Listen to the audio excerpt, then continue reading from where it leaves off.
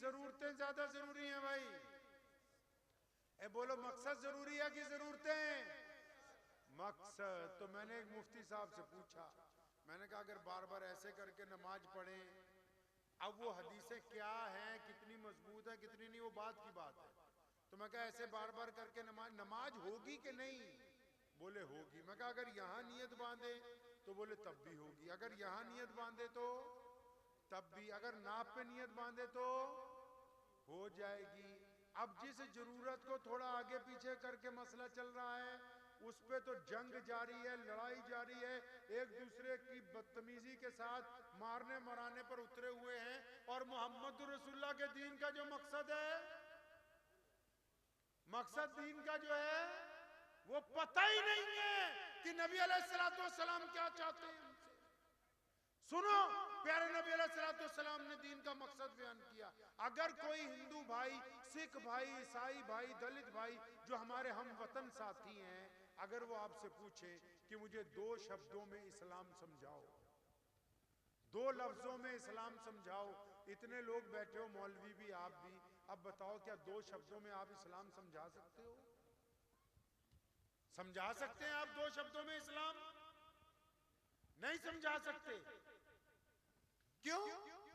क्योंकि इस पर बात ही नहीं कभी हम करते कि इस्लाम का मकसद क्या है, इस्लाम दुनिया को क्या कहना चाहता है। इस्लाम सिर्फ हमें हमारे लिए नहीं दिया गया, हमें इस्लाम का नुमाइंदा बनाया गया ताकि अल्लाह की मखलूक, अल्लाह के बंदे, अल्लाह का कुंबा इस्लाम को पसंद करे आपके जरिए, और वो अल्लाह की रहमत के अंदर आ जाएं। अब वो बात ही नहीं है कि अल्लाह ताला ने हमारे पे क्या जिम्मेदारी डाली।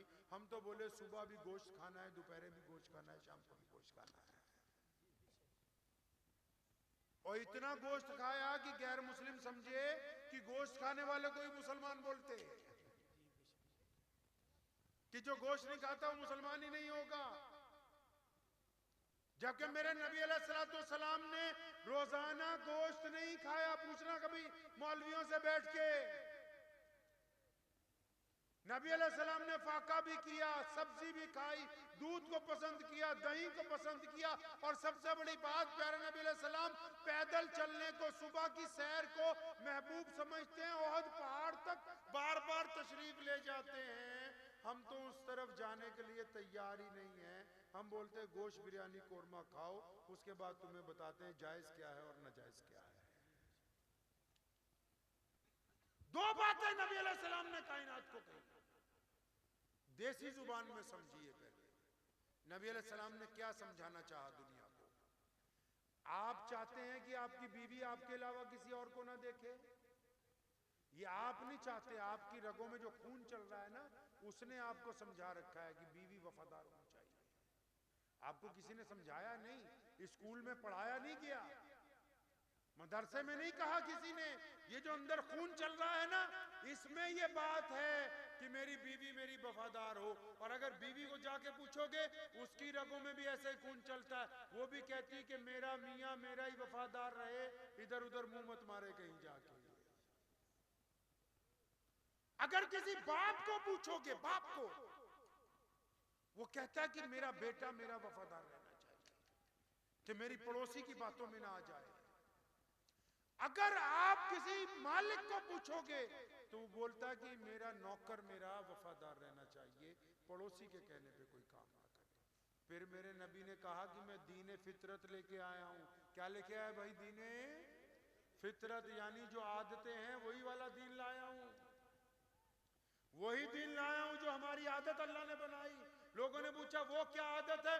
अब जब तुम दुनिया के रिश्तेदारों में, दुनिया के रिश्तों में, मियां बीवी के रिश्ते में, बाप बेटे के रिश्ते में, मालिक नौकर के रिश्ते में, पड़ोसी पड़ोसी के रिश्ते में, भाई भाई के रिश्ते में वफादारी ढूंढता है, तो मेरे नबी सल्लल्लाहु अलैहि वसल्लम ने हमें सिखाया कि वो अल्लाह भी चाहता है कि बंदा अपने रब का वफादार होकर के रहे। हज़रत अबू बकर सिद्दीक रज़ियल्लाहु ताला अन्हु और हमारी अम्मा हजरत उम्मुल मोमिनीन खदीजतुल कुबरा रज़ियल्लाहु ताला अन्हा, और सबसे गुलामों में पहले मुसलमान होने वाले सैयदना बिलाल रज़ियल्लाहु ताला अन्हु, और बच्चों में पहले मुसलमान होने वाले मौला अली शेर खुदा रज़ियल्लाहु ताला अजमाइन, ये जितने लोग इब्तिदा में मुसलमान हुए, सैयदना सुमैया रज़ियल्लाहु ताला अन्हा, अम्मार बिन यासिर रज़ियल्लाहु ताला, इन लोगों ने प्यारे नबी अलैहिस्सलाम से बड़ी मुख्तसर सी बात पूछी कि या रसूलुल्लाह सल्लल्लाहु अलैहि वसल्लम, हम जबकि आपके रब को रब मान चुके, आपको अल्लाह का नबी मान लिया, अब करना क्या है ये बताओ, करना क्या है? सुनो, इसमें इस्लाम का राज है कि अब करना क्या है।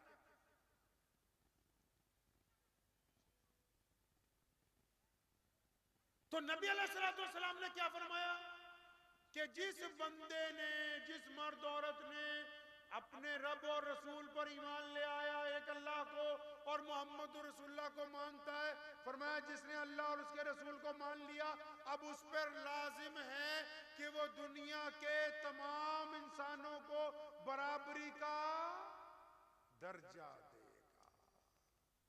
इस्लाम दो लफ्जों में है, एक अल्लाह और उसके रसूल को मानना है, दुनिया के तमाम लोगों को बराबरी का दर्जा देना है। किसी को उसके धर्म की वजह से, किसी को उसके रंग की वजह से, किसी को उसकी जात की वजह से, किसी को उसकी नस्ल की वजह से, किसी को उसके पैसे की वजह से, किसी को उसकी गुर्बत की वजह से, किसी को उसके लिबास की वजह से अपने से नीचा नहीं समझना है। अल्लाह के नबी ने फरमाया सल्लल्लाहु अलैहि वसल्लम ने कि किसी माँ ने कोई ऐसा बच्चा पैदा नहीं किया जो गुलाम पैदा हुआ हो, हमने सबको बराबरी अता फरमा दी है। ये वजह है कि पूरी दुनिया में इस्लाम सबसे बड़ा मजहब बन के आया है साहब।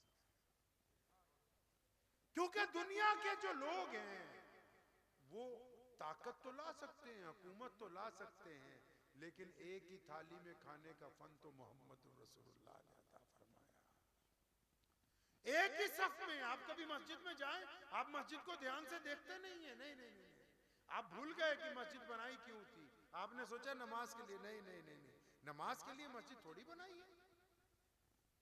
आप तो भूल गए कि मस्जिद क्यों बनाई थी, याद ही नहीं है आपको।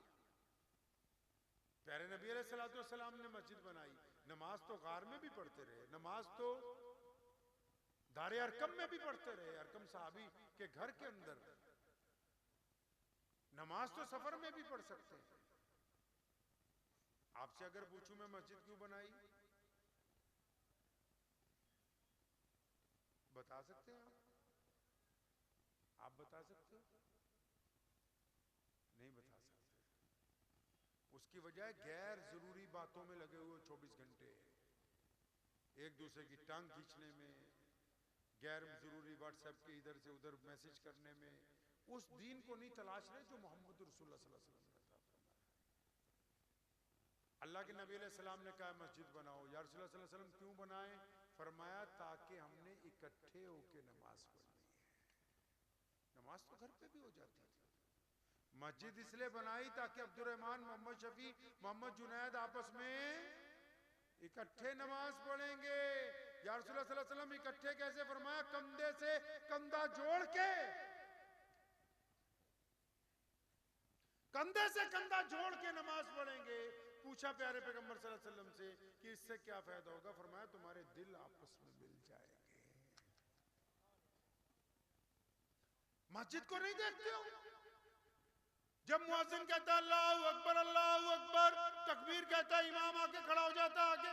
अब जुमे का वक्त हो या बिना जुमे के, अब जब इमाम नियत बांध लेता है, पीछे एक केला बेचने वाला, पीछे एक मजदूर, पीछे एक पल्लेदार, पीछे एक दुकानदार, पीछे एक चौधरी साहब, एक ही सफ में खड़े हो जाते हैं। और जैसे जैसे सफें बनती चली जाती हैं, फिर अगर कोई शेखुल हदीस, फिर अगर कोई मुसलमानों का वजीर, फिर अगर कोई मुसलमानों का बड़ा अफसर बाद में आता है, तो कहाँ नमाज पढ़ता है? जहाँ मुसलमानों ने अपनी जूतियां उतारी हैं वहां नियत बांधता है, क्योंकि ये मोहम्मद रसूलुल्लाह का दीन है। ये मस्जिद की असल खूबसूरती है। अल्लामा इकबाल ने कहा ना कि आ गया ऐन लड़ाई में अगर वक्त नमाज, किबला रू हो के जमी बोस हुई कौम हिजाज, एक ही सफ में खड़े हो गए महमूद अयाज, ना कोई बंदा रहा ना कोई बंदा नवाज, बंदा ए साहिबो मोहताजो गनी एक हुए, तेरी सरकार में पहुंचे तो सभी एक हुए। सुभान अल्लाह। महमूद बादशाह है, अयाज उसको जूतियां पहनाता है, नौकर है, लेकिन जब नमाज होती है तो अयास जल्दी पहुंचता है, बादशाह चंद कदम पीछे तो दोनों एक ही सफ में खड़े होते हैं। ये मोहम्मदुर रसूलुल्लाह के दीन में ये खूबसूरती है। इस दीन ने पूरी दुनिया को जब ये पैगाम दिया ना, जब मेरे नबी अलैहिस्सलाम ने ये दुखती हुई रग पकड़ ली दुनिया की, दुखती हुई रग पकड़ ली रसूलुल्लाह सल्लल्लाहु अलैहि वसल्लम ने। दुखती हुई रग क्या थी कि लोग ये कहते थे कि दुनिया का सबसे बड़ा कब मसला रोटी कपड़ा और मकान है।